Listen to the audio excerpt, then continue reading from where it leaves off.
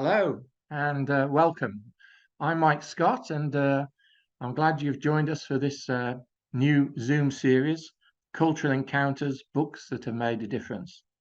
In this series, which is supported by the Humanities Initiative at Georgetown University, in collaboration with the Las Casas Institute for Social Justice at Blackfriars Hall, Oxford, we bring together scholars and their audiences in order to explore themes of encounter in literary works and in contemporary cultural debates. Today, we welcome Professor Carmody Gray to speak on Rudyard Kipling's Kim. Carmody Gray is Assistant Professor of Catholic Theology at Durham University. Her research interests include ecology, philosophy, theology, meta-ethics, and artificial intelligence. She has held visiting academic posts at the University of Bern, the Laudato Si Institute at Campion Hall, Oxford, and at embassies to the Holy See, Vatican City. She is a research fellow with the Las Casas Institute at Blackfriars Hall, Oxford, and her publications include God Has No Favourites, and most recently, A Theology, Science, and Life. If any questions occur to you during this talk, and I hope they do, please type them in using the Q&A button. Please use the Q&A button, not the chat one. And you find this at the bottom of your screen. Towards the end, I will put those questions to Carmody, and we'll see to answer as many as we can. Please don't leave your questions until the last minute, as we get a bottleneck and we run out of time. With that, over to you, Carmody. I'm looking forward to your talk. Thank you, Michael, for that introduction and for extending the invitation to me. And thank you more widely to those at the Future of the Humanities project, from whom the invitation also comes. It's really a great pleasure to be able to contribute to this series, and in particular to be able to speak about a literary theme specifically, which I rarely have the opportunity to do. I should say that I've been watching the Future of Humanities project with great interest since its launch in Oxford a few years ago, and it's a wonderful gift to me to be able to support it, such an important initiative to support. This invitation came at a busy time for me in the middle of term, and it's been a special treat to be able to take the time out from my usual work to focus on something explicitly literary, which I very rarely have the chance to do. Of course, it goes without saying, I am no kind of expert on Kipling. What follows is not in any way a systematic exploration or even a thesis, but a few gathered intuitions offered as a gesture towards a direction of thinking, rather than being an argumentative claim. Pope Francis's culture of encounter, so-called, which has been important in my own thinking, I should say, autobiographically, stresses encounter not just as a descriptive and historical term, but as a normative one. Encounter, for the Pope, is supposed to be our way of life. To quote him recently, encounter must become our greatest desire, our goal to be pursued tenaciously. Extremely strong language, I think. For Pope Francis, an authentic encounter is one which celebrates and acknowledges otherness, the otherness of the other, while going out to the other in love. My own feeling is that Kipling's Kim promoted and manifested exactly that spirit of encounter. It is no surprise that it does this, Kipling does this, and Kim, the novel, does this in ways that remain lastingly problematic. What is more surprising is the way in which this text can teach us what it looks like to appreciate, admire, and take delight in cultural difference. At a time when patronizing caricature of other cultures was the predictable norm, Kim, the novel, models a childlike wonder and playfulness as the normative mode of response to otherness. This, in fact, is exactly what stands out about it. In a context in which, our contemporary context, in which an anguished awareness of histories of violence and oppression loom very large in our experience of other cultures, I would point to Kim as the teacher of a lost innocence in our ability to encounter the other as other. Critic Fred Lerner writes, Kim is many things: a spy story, a quest novel, a Bildungsroman, but above all, it is a love letter to India, a celebration of the sounds and smells and colours of the subcontinent. Kim, that is, does the opposite of what we tend to do. Rather than politicizing encounter, Kim depoliticizes it by interpreting it wholly within the world of a child at play. Rather than, to coin a verb, agonizing cultural encounter, which I think we tend to do, Kim simply celebrates it. The critic Stanley Cavell took literature, after Wittgenstein, to be what he called a form of life. As a literary critic, he didn't adopt a particular methodology or a fixed procedure of analysis. For Stanley Cavell, and I quote, "One finds one's way around a work of literature the way one gains fluency in a language. It is a process of familiarization, of a steady gaining of receptivity or attunement. There are few authors I know well enough to be able to claim that I inhabit them as a form of life, but Rudyard Kipling is one. He has become part of my own form of life as a conversation partner. So the first encounter that is relevant here is the encounter between oneself, between myself in this case, and a particular authorial voice, Kipling.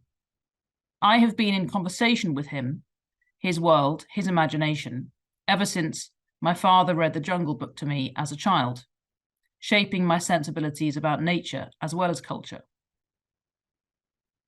As one recent reviewer wrote, after Kim, a book became not just a distraction, a surrogate caper into which you could insert yourself, or a thing you read because the adults pressed you to do so. No, after Kim, a book became a world that you could inhabit. And even when you closed the covers, that world continued, and you had a passport to it forever. I feel as though I have a passport forever to Kipling's world. And the encounter between Kipling and I started a conversation with an imagined world of the Orient, a conversation which has shaped my life. But my autobiographical relationship with Kipling, of course, is not the point here. Rather, it is Kipling's decisive, arguably unique status as a creator of the most defining of encounters, that between East and West.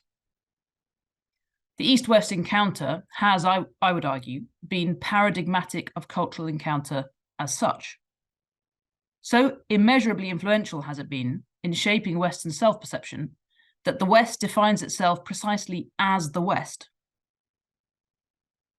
Kipling's importance as an early modeler of that encounter is, I think, unparalleled.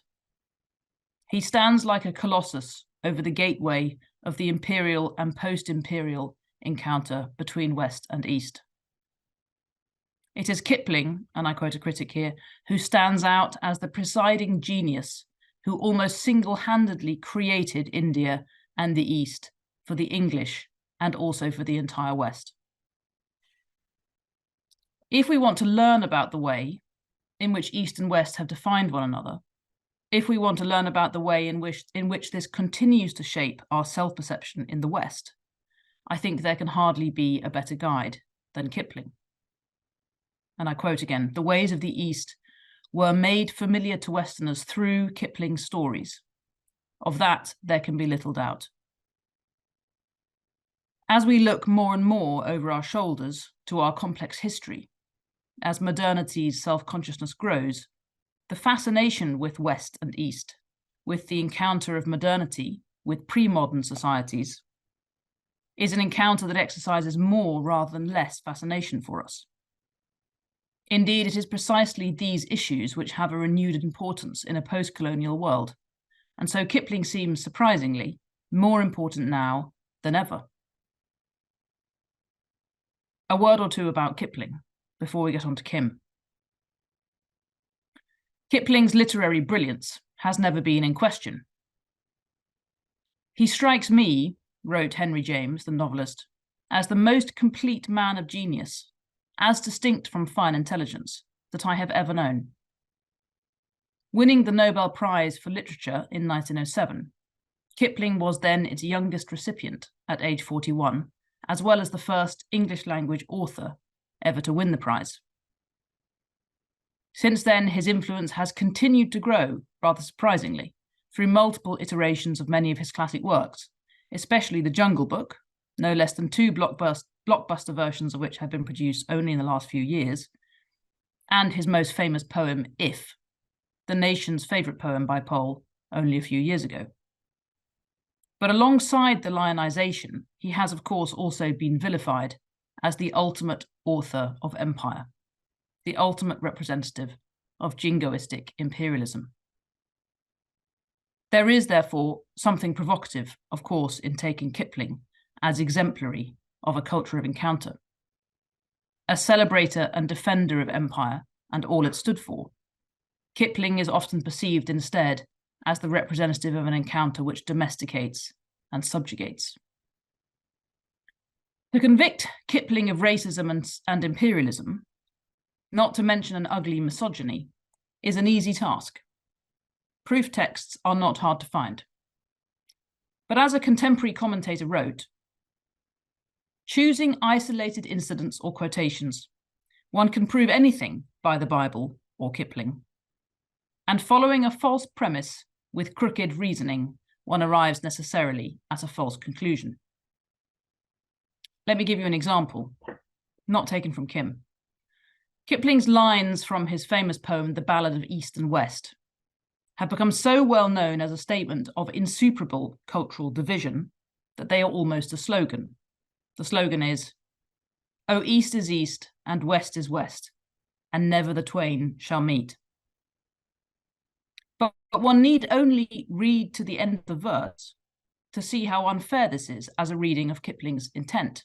The whole verse reads like this: "O East is East and West is West, and never the twain shall meet, till earth and sky stand presently at God's great judgment seat. But there is neither East nor West, border nor breed nor birth, when 2 strong men stand face to face, though they come from the ends of the earth." Patriarchy aside, it is clear that Kipling is a more dialectical writer, in other words, than many have ever given him credit for. Here in this poem, he's both setting out East and West as cultural constructs and then immediately deconstructing them. So rather than gathering evidence of Kipling's inevitable mediation of his own time and place, it is more interesting to trace the ways in which he transcends and subverts his own predictable prejudices. Reflecting this, an earlier phase of the critical reception of Kipling as an ideologue of cultural domination has now given way to a recognition that his legacy is more textured, complex, and subtle than the original round of criticism was able to acknowledge. Kipling cannot be redeemed from his own cultural identity with all its partialities and complicities, but his legacy deserves to be recognised as more than this. He is no cultural voyeur. His primary concern is enjoyment and appreciation, not ownership. He has, for example, nothing but harsh words for the zealous Christian missionary in the Orient, whose eagerness to proselytize makes him ignorant and small of heart. He excoriates the casual Western globe-trotting tourist who lusts to see everything but understands nothing. He recognizes the moral vacuum in his own civilization, commenting in his letters, and I quote, that Western civilization is a devastating and a selfish game. And he admires the greatness of at least some of the spiritual traditions of the East, Buddhism in particular. The novel Kim, published in 1901, is widely acknowledged as Kipling's masterpiece. E.M. Forster, one of Kipling's fiercest critics, wrote, "Kim is Kipling. It is the one book that we must bear in mind when we are trying to estimate his genius." Jan Montefiore writes, Kim is the most enchanting of Kipling's fictions and the only one to be compared with the great traditional names of Dickens, Shakespeare, and Chaucer. Kim has provoked a remarkable number of critical studies, often contradictory, with recent readings even claiming Kipling, on the strength of Kim, as the father of post-colonial literature. This is especially because of the influence of its conception of the fluidity, de-centeredness, and multiply determined nature of identity. Written in Kipling's literary maturity, Kim, the novel, is a promoter and enabler, as well as in some ways model representative of the culture of encounter. This is true not only or even primarily because of the immense respect and intimate knowledge with which Kipling handles Indian life, but more profoundly because of the delight it expresses in cultural difference itself. As an exemplar narrative of encounter between East and West, it stands head and shoulders above its competitors. In fact, the only real competitor, arguably, is E.M. Forster's Passage to India. But as critics have pointed out, Forster's work is both less textured and more political than Kim. Kim is, in a certain sense, agendaless. It has no real plot, and while being embedded in and reflective of contemporary political events, it is strangely apolitical in the telling. This adds to its power to speak to the present, which is continually tempted to politicize cultural encounter so that it can no longer be experienced except as an expression of competing power interests. The center of Kim's story is a child who slips unself-consciously between and across cultural identities in an attitude of celebration, playfulness, and even more, of love. The orphan child Kim is the protagonist of the novel. Kim is Irish by origin, which already puts him at some distance from the mainstream colonial identity, and in which Kipling is indirectly criticizing the use of the Irish to fight English wars. Kim's own racial and cultural identity is a continual object of play and experimentation in the novel. He is, quote, burned black, so much so that his whiteness is continually in question. He looked like a half-caste, I'm quoting again. He speaks his supposed mother tongue, English, in an uncertain sing-song, and speaks the Indian vernacular by preference. His coming of age in the book proceeds via an unwanted colonial education foisted on him by well-meaning English clergy, and a pilgrimage of delight along the Grand Trunk Road in the company of a Tibetan Lama. Neither Kim himself nor those around him can identify him in univocal cultural or racial terms. Indeed, Kim does not even ask the question of his own identity until pressured to do so by colonial officials. With this initial ambiguity of cultural identity, the novel unfolds with Kim leading a double life, in which the two cultures which background the novel are intriguingly juxtaposed, that of the colonial powers on the one hand, and that of ordinary Indians on the other. In one self, Kim is an Indian street urchin and a chela or disciple to a Tibetan Lama. In the other, he is an agent of the colonial government as an operative in the Great Game. Via a native officer of the British Raj, Hari Chunder Mukherjee, Kim plays the Great Game, a project to protect British imperial power in the Far East from Russian infiltration by espionage. At the same time, accompanying the Lama on his search for the sacred river of the Arrow, Kim is a participant in and a servant to the ancient Eastern spiritual search. I'll now quote at greater length from a critic who sums up this binary but blended identity that Kim has. Kim prefers native food and eats like an Indian. He sleeps curled up, native fashion. He has an oriental vagueness about time, an Eastern resignation to fate and indifference to noise. And he generally borrowed from all the customs of the country. But he also has the white man's fear of snakes, a white cockiness and aggressiveness, and a white respect for orders, His racial amalgamation is symbolized by the kit he carries away from school: an English revolver, medicine box, and compass, and an Indian robe, amulet, and begging gourd. He simultaneously assumes conflicting roles and follows conflicting paths. He plays the great game, and at the same time he seeks the way, that is the Buddhist way. He is at once a sahib and a disciple, white and black, English and Indian. Well might the letter writer ask him, as indeed he asks himself, what manner of white boy is this?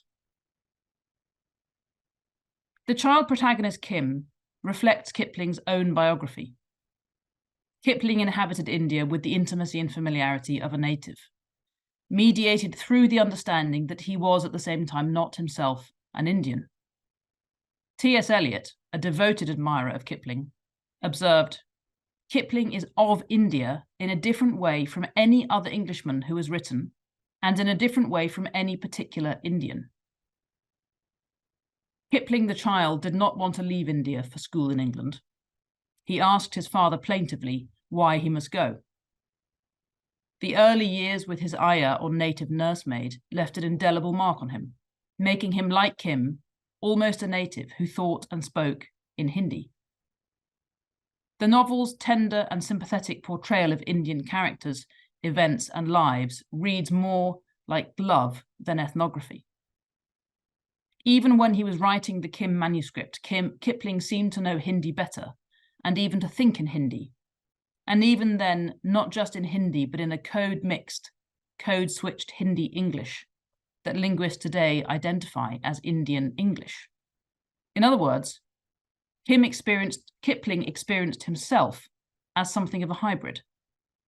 And in Kim, he expresses an ideal of freedom within this very hybridity. The story ends with Kim, the child, facing a choice between two identities: to go on in the great game as a spy, an employee of the colonial service, or to continue as the disciple of the Lama, in whose enlightenment the last sentence of the novel confirms that Kim shares in. While the novel mediates the conflicting pressure of these multiple identities by presenting them ultimately in terms of a choice to be made, Kim himself is not frustrated with a lack of settled or unitary cultural self, even as other actors within the drama try to settle it for him. Rather, he plays happily and freely across difference. In marked contrast to many tales of the discernment of identity, especially contemporary ones, the accent in Kim is not on struggle, but on enjoyment. In this regard, I would venture to identify Kim as filling an important gap in the contemporary elaboration of a culture of encounter. There is in Kim himself, the child, not much moral seriousness about encounter as an idea. What is noticeable by its absence is the consciously, effortfully ethical regard which characterizes much of our contemporary, rather tortuous relationship with cultural difference. Instead of pained moral seriousness, there is a carefree, adventurous, a wonder, and an innocence. Wilfred Thesiger, the explorer whose life exhibits a particular skill in the practice of encounter, was one of the book's many devotees. He writes, "I have read Kim again and again, I do not know how many times, and taken it on my travels. It is the only book of prose that I can open at random at any page and read with the same delight as if it were poetry." This quality of delight, which is mediated by Kipling stylistically in his play with multiple languages, as well as the astonishing diversity of character and world that he portrays, is the very opposite of the agonism in contemporary treatments of identity and difference. Constantly trying out new disguises and new personae, at one point the child Kim throws himself into a trance by asking, "Who is Kim? Kim. The concept of a name and a place in the world is a recurrent theme in the novel. But this search for identity is characterized most fundamentally by possibility and excitement. There is, incidentally, a notable contrast here with Kipling's other most famous creation, Mowgli, whose choice between wolf and man causes him much pain, and for whom this choice is experienced as loss.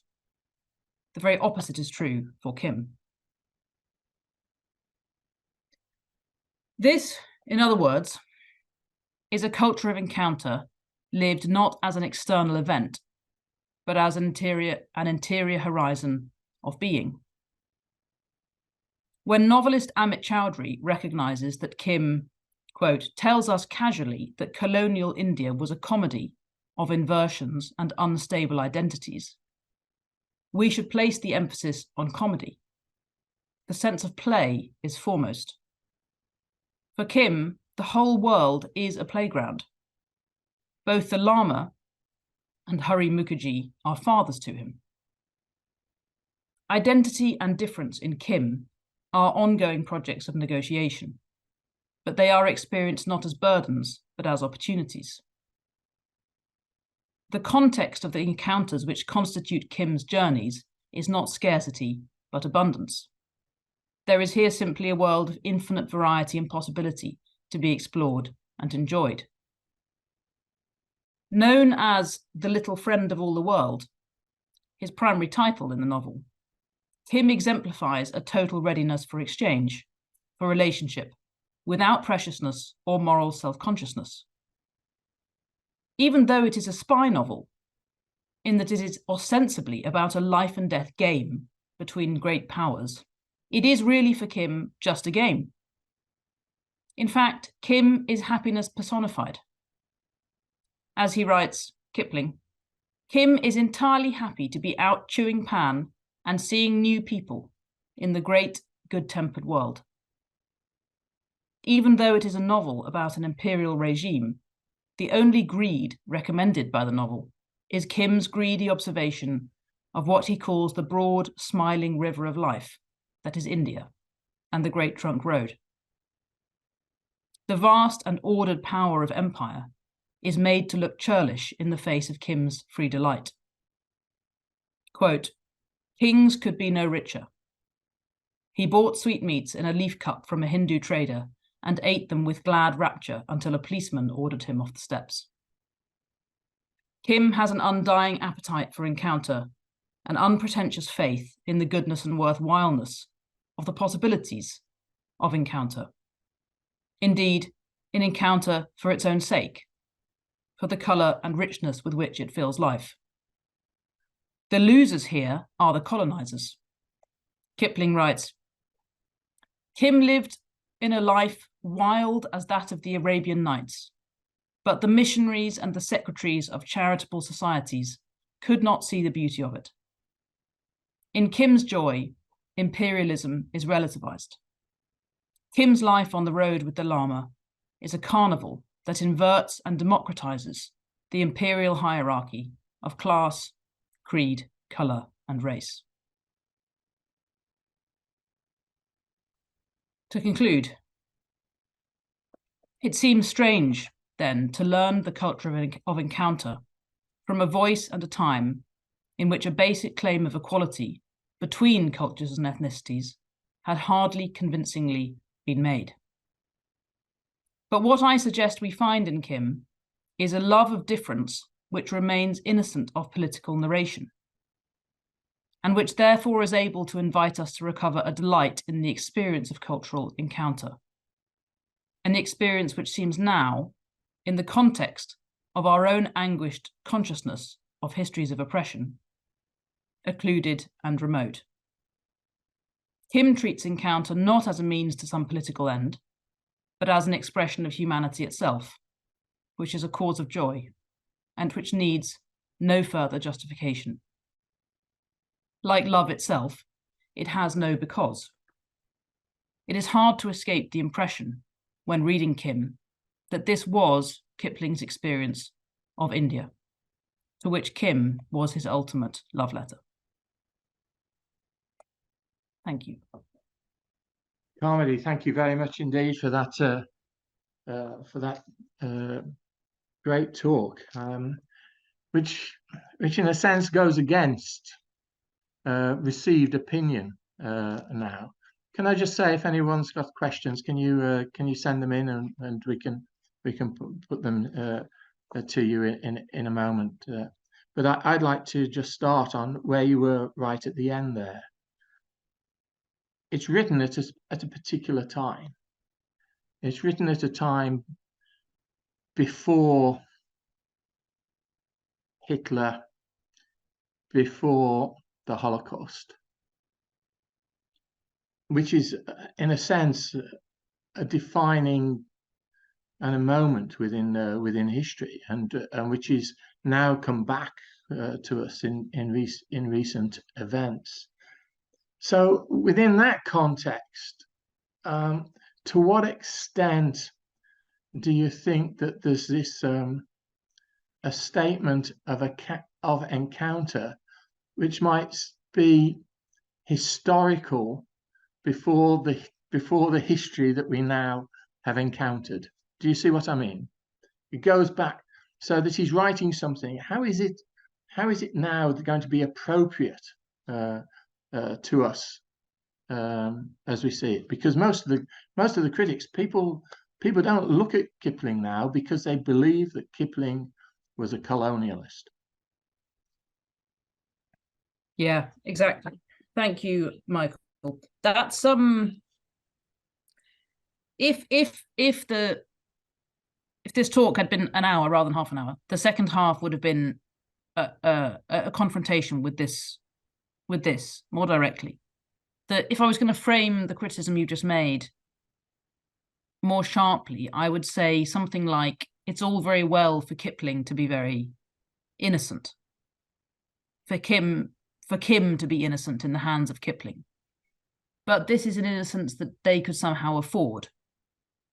And we in the post-Holocaust world, and at the end of the 20th century, it's quite a thought that Kim was written at the very, very gateway of the 20th century.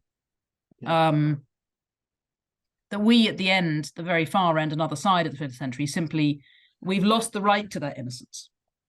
And I think that's the best comeback to the argument that I've made, is that it's nice to look back into that innocent world and into the freedom and the sense of play that Kim is able to have, but that we have to to inappropriately adapt an image from Karamazov. We have to give back our ticket to that world because we've lost the right to it, because that's not the world anymore.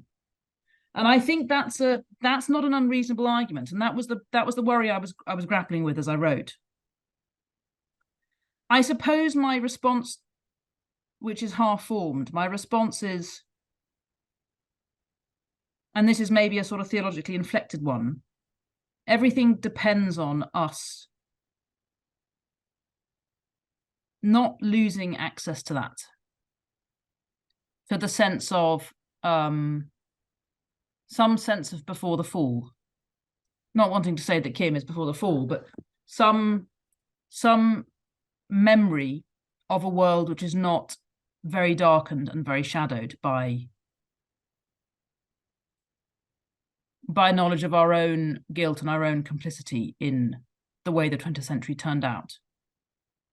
If we totally lose that or deny ourselves access to it, the alternative is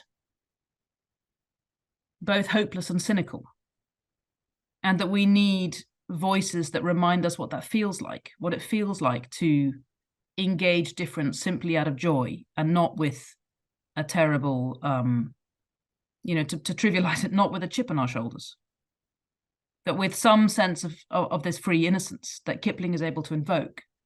And of course, it's not going to be the same as it was at the turn of the 20th century. But it seems very significant to me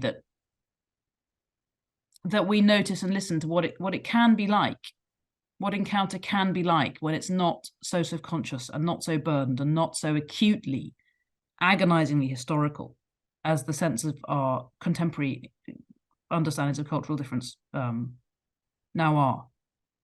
But I offer that thought very tentatively, and I'm interested to hear what other people think about that. What I offered was not meant to be a sort of naive invocation of an Eden, which first of all never existed, and second of all definitely can't exist now, but more noticing that this is a missing note in our experience of encounter. And it's a note that I think we need to recover a taste for it and a language for it and a sensibility for it. Otherwise, it all becomes, as I said, hopeless and cynical. But I'd be very interested to know what others think about that. Thanks for that. I might come back to you on that. But Celia Hatt, hello Celia, thanks for joining us again today. Celia Hatt's got a question here. Thank you for a very perceptive and loving account of Kim. I'd just like to add that, like all Picaros, Kim is basically a hungry child, and every one of his encounters tells us something about the people and the societies that willingly or unwillingly feed him. In his many meals lie his fellowship with others. This is deeply and naturally sacramental. That's a fantastic comment. Thank you. That's fantastic. Yes, and I think it's not an accident that at the end of what I was saying just then, I mentioned the notion of greed. There is, although in the way that I mentioned it, only to undermine it, there is this tremendous hunger in Kim. There's this huge appetite for experience and encounter. And there are many sacramental meals in the story. But it seems to me that the sacrament, the thing that the meals are a sacrament of, is Kim's hunger for life. His hunger for the whole kind of richness of experience that is presented to him on the Grand Trunk Road, and the contrast between what he experiences as the dullness and dryness of his colonial education with what I described as this constant carnival of the Grand Trunk Road, this broad, what he calls the broad smiling river of life, this Grand Trunk Road. Somehow the appetite for food, Kim's appetite, is sacramental of his appetite for existence itself and for people and for difference. And this, again, to be theological for a second, seems to me a very important accent in our sacramental theology and our Eucharistic theology, that somehow the concept of sacrament is not supposed to be an overcoming of the world. It's supposed to be a deeper, it's supposed to feed a deeper appetite for the reality of creation. It's not supposed to divert it, right? It's supposed to make us more hungry for what creation is and not less hungry. I think there's a lot to learn there, and I will, when I reread the novel, I'll pay more attention to the meals specifically in that connection. But thank you very much, Celia, for that. Yeah, I just moving that back from Kim to Kipling himself. Of course, he was taken out of India and put into a pretty awful school by all accounts in England, and you wonder, and then goes back again. But you wonder what is the relationship that's been pointed out by a number of critics. What is the relationship between Kipling himself and Kim? Some listeners might be more qualified to comment on that than I am, but I think the relationship is extremely close. I think it's intensely autobiographical. Kipling's sense of being taken out of his comfortable world, the world that he sensed his own belonging in, which was the world of India, in order to be inserted into what was essentially to him a foreign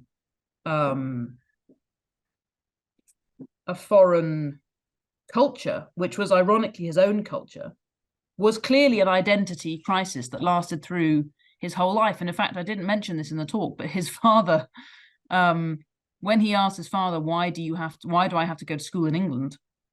And his father said, because you have to learn to speak like a sahib. So there was this sense that Kipling didn't speak properly. Kipling, needed to be anglicized, exactly as happens to Kim, that the colonial characters in the novel want to anglicize Kim. They want to restore him to a kind of purity of cultural identity, and again, the novel expresses Kim's resistance to that and the rightness of his resistance to that, but it's not that simple, and that's not even what Kim needs or wants. And that seems to express something of Kipling's own heritage, that Kipling resisted that as well and is canonizing that resistance, which is another reason why I think it's a bit unfair to label Kipling too simply as an arch colonialist.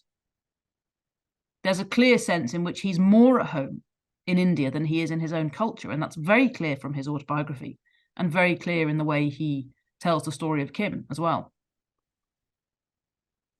So you think that when critics write, for example, wasn't Kipling part of an old phase of politics that espoused a form of governance not of liberty, but the rule of one whom all obey, being so far to the right that he thought Stanley Baldwin, his cousin, was a socialist at best? You think it? You know, that's the kind of criticism that's come down to us of him. That is actually there's another, if I can find it, there's another great phrase. I can't see it at the moment. That he's actually a prophet of British imperialism, or actually a flag bearer of British imperialism. You think that actually through this novel we're getting more to what he really is, in terms of I suppose a conflict between what he feels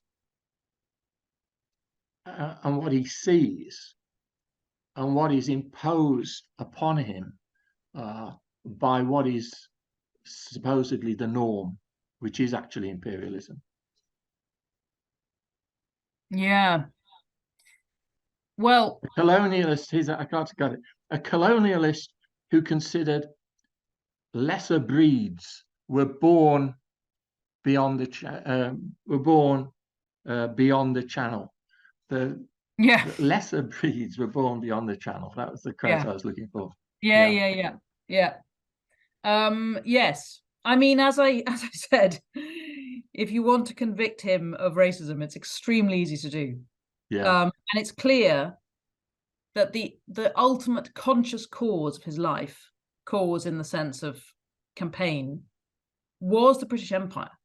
You know, he was so extraordinarily aligned with the goals of empire. Yeah. But, well, a couple of things. Firstly, I think we need to notice that he's very contradictory. He says he continually presents dramatic contrasts in the way that he discusses and envisions other cultures. Maybe I can actually, I didn't read this as part of my talk, but there's a fragment of a poem, one of my favorite poems of Kipling's poems, which really expresses this. This poem is called We and They, 1926 poem. It goes like this: all good people agree, and all good people say, all nice people like us are we, and everyone else is they. And at this point, that's one verse, right? At this point, it's clear that he is espousing a fundamentally divided worldview where there's Britain here and everybody else over there, and us and they. But then again, just as with the Ballad of East and West, the counterpoint is immediately presented. The next verse goes like this: but if you cross over the sea instead of over the way, you may end by, think of it, looking on we as only a sort of they. He's really far more ready to invert perspectives than the reading of him as a mere imperialist expresses. And, you know, all of his peers were arch imperialists. That doesn't set him apart at all. What sets him apart is his ability to somehow see the limits of that, or perhaps the way in which he understands that imperialism doesn't aim at the erasure of difference, but is somehow fulfilled in the celebration of difference. I just think it's too simple, because it as a narrative of his identity, Kipling's identity as a writer, it's too simple to identify him as an imperialist. He's an imperialist who has these incredibly complex and rich sensibilities about the peoples who live in the empire, and his continuing popularity in India in particular, I think are really testament to that, to his extremely deep native sense of sympathy with these peoples. So it's not so much that I would wish to defend him. It's more that I would, because, you know, to the extent that these are his values, these are his values. But it's more that I would want to say, let's not fail to notice how much more he is than that. He is also an imperialist, but not only. He is also racist, but not only. Yeah, thanks for that. There's a lot to think about on this. Michael Collins, hi Mike. He says, your description of the novel reminded me of two American characters, Rip Van Winkle, and more significantly, Huckleberry Finn. And Twain's novel is criticised on somewhat the same grounds as is Kim. It fails to take sufficiently seriously what we now know about repression and human suffering. Huck and Jim have the same Edenic encounter, and Huck, lightening out for the territory, hopes to continue to live in Eden. Yeah, that's very perceptive. It's a big theme in a lot of the critical literature, are the parallels between him and Huckleberry Finn. And Kipling was an ardent admirer of Twain. Yes, and I think much of the same, that the Huckleberry Finn plays with many of the same themes, and perhaps we might argue makes many of the same mistakes as Kim does. I think my own sense is that Kim really has the edge on Huckleberry Finn because, well, many reasons, but in this connection, because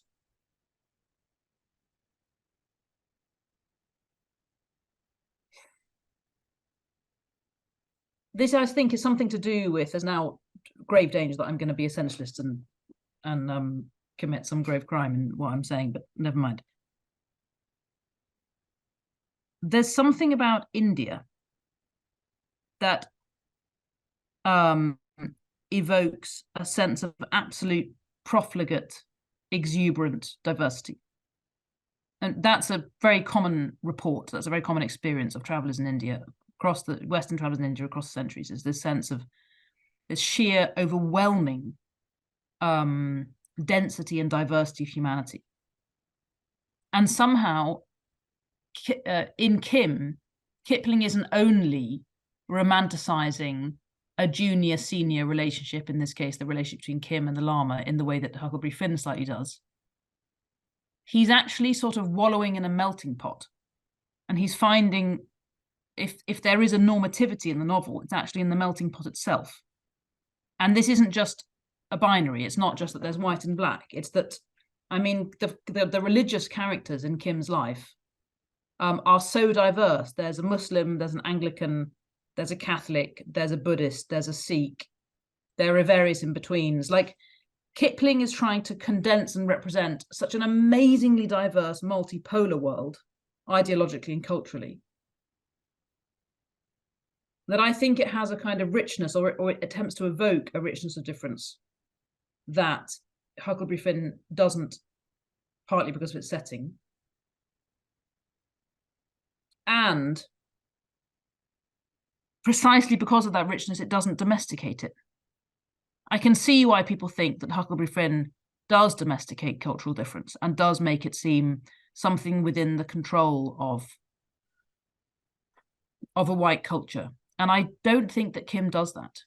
And that is not to redeem him at all from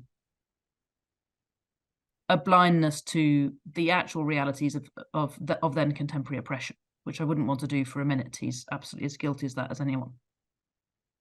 But there's something about this will to represent and celebrate a diversity that absolutely defeats all of the imperial attempts to domesticate it, that I think really sets it apart. But I'm fundamentally deeply sympathetic with Michael's criticism, deeply. It's more about whether we let that be the last word about Kipling, or whether we look also, and Kim, or whether we look also for what there is for us to learn. I have to say, I've been to India quite a bit back in the 1990s, in particular, and then the diversity is something which I don't think you understand until you've actually been there. You know, Yeah. that Kipling is talking about. It's quite amazing down in Kerala. It's amazing the diversity, and yet a kind of community, even in argument of the community about it. It is amazing. Yeah. Tony Eade, again, hello Tony. Thank you for sending a question again. He says, I was interested, though don't know Kim, but worry with others, that it is too romantic and overlooks the horrors and dehumanizing aspects of imperialism. Though you have started to address this in a previous answer and the talk, but I'd like to ask a bit more about Pope Francis's notion of encounter, which I find appealing. But if it is normative, surely it must not only celebrate and recognize otherness, but also challenge oppression and injustice. Yeah, absolutely.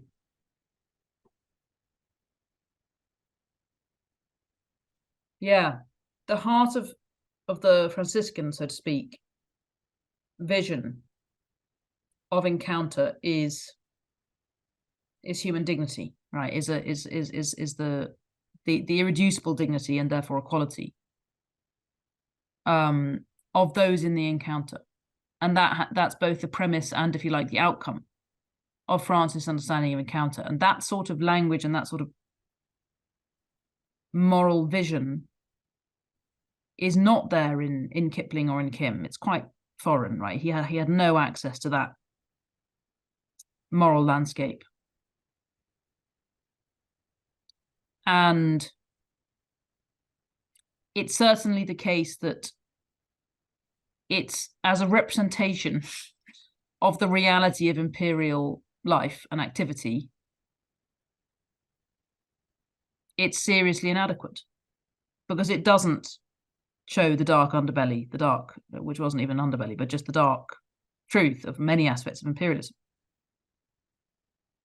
I think insofar as one is trying to take the positive content from the world expressed in Kim, what I'm trying to get at is something like this. This isn't really a counterpoint to Francis's culture of encounter. It's a counterpoint to the way in which we as a culture handle difference, and cultural difference in particular. That, let me put it this way, the worry that I have is that we lose all innocence and freedom in the actual experience of encounter itself, precisely because we're rightly so aware of the histories of oppression. And I think that would be, put it this way, it shouldn't be, that shouldn't be the price that we pay. That shouldn't be the price that we're willing to pay for knowing about and foregrounding how dark things really were and indeed are in oppressive relations between cultures. I think that we should try to avoid, as the cost of that awareness, we should be trying to avoid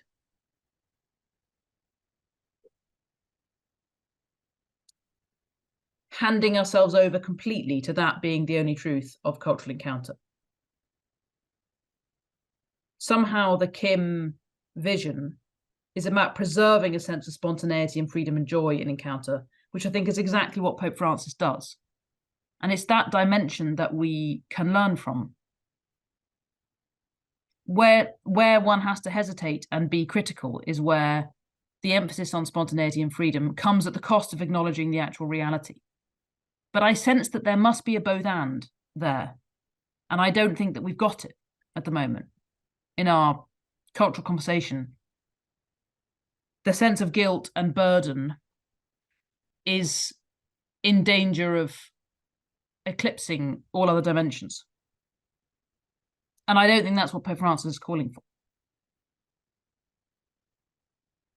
There's a real both and in Pope Francis's handling of it that I think hasn't penetrated the practice of encounter as it now is enough. That's not really an answer, but more a response. I totally share your concern, but there's some richer and more complete understanding of encounter that we can move towards. And I think Kim teaches us a little bit of what that would look like, but not comprehensively.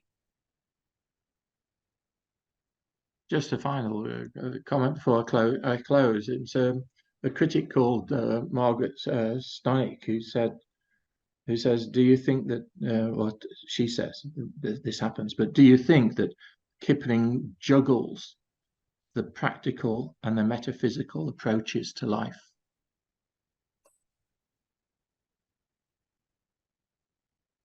I mean, in a way, that's exactly what Kim is about. That's a very beautiful way of expressing exactly what Kim is about. That's what the two cultures that he's inserted into testify to. And it's a singular achievement of Kipling to try to bring them into to a single head, which is the head of a child. And to do that in a way that is playful rather than attempting a kind of full conceptual resolution. And I think that's absolutely magnificent. And I wish I could even begin to emulate that sort of unity without resolution of the practical and the metaphysical. It's just absolutely beautiful. That's a very nice note to end on. Thank you, Michael. Yeah. Well, Carmody, I thank you for a stimulating paper. Thanks to those who've asked questions for stimulating the discussion even further.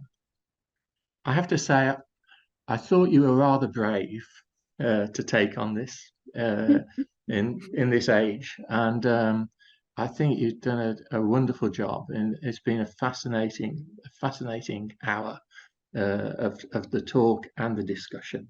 So thank you very much. Thank you, everybody, for being here. For those of you listening, I hope you'll join us for the event on the 20th of November, when Bruno Clifton, who's the Vice Regent at Blackfriars Hall, and he's going to be discussing the Hebrew Bible. And I was chatting to him before the latest problems in Israel and with the Gaza, that he'd just been to Jerusalem, and he was talking to me about the tensions that were there then, before all this has come up. So I think it's going to be a very interesting and topical discussion from Father Clifton next week, the 20th of November. We have an interesting talk in our free speech at the International Crossroads coming up on this Wednesday, November the 15th, when we'll be discussing the freedom of the European press. And you might be surprised about some of the things that are going to come out in that discussion, judging by a rehearsal we had last week with some of the panelists. So that will be at 11 a.m. Eastern Time, 4 p.m. GMT, November the 15th. That's this coming Wednesday. My thanks go to Georgetown University, particularly the Humanities Initiative, for supporting this series, and especially the President, Jack DeJoy, and Vice President, Global Affairs, Tom Banchoff. Thanks also to our administrators at Georgetown, and to Amy today, who has taken over as Mary Gordon was away. So thank you, Amy. My thanks also to Mike Collins for his participation and help in putting this whole series together. I'd also like to thank at Blackfriars Hall various people for their support, especially John O'Connor, the Regent, and Richard Finn, the Director of the Las Casas Institute, and to our UK Administrator, Kinga Rona Gabnai, and also to my wife, Maggie, at Oxford Scott Education Limited, who sees to a lot of my administration. I'm very grateful to her. I'm Mike Scott from Blackfriars Hall, Oxford. You can follow me on X, which was Twitter. I still don't know why it's called X, but never mind. You can follow me on X at Mike Scott Prof. Thanks for joining us. Thanks again, Carmody. I've really enjoyed today. Thank you very much indeed. Goodbye, everybody. Bye-bye. Thanks.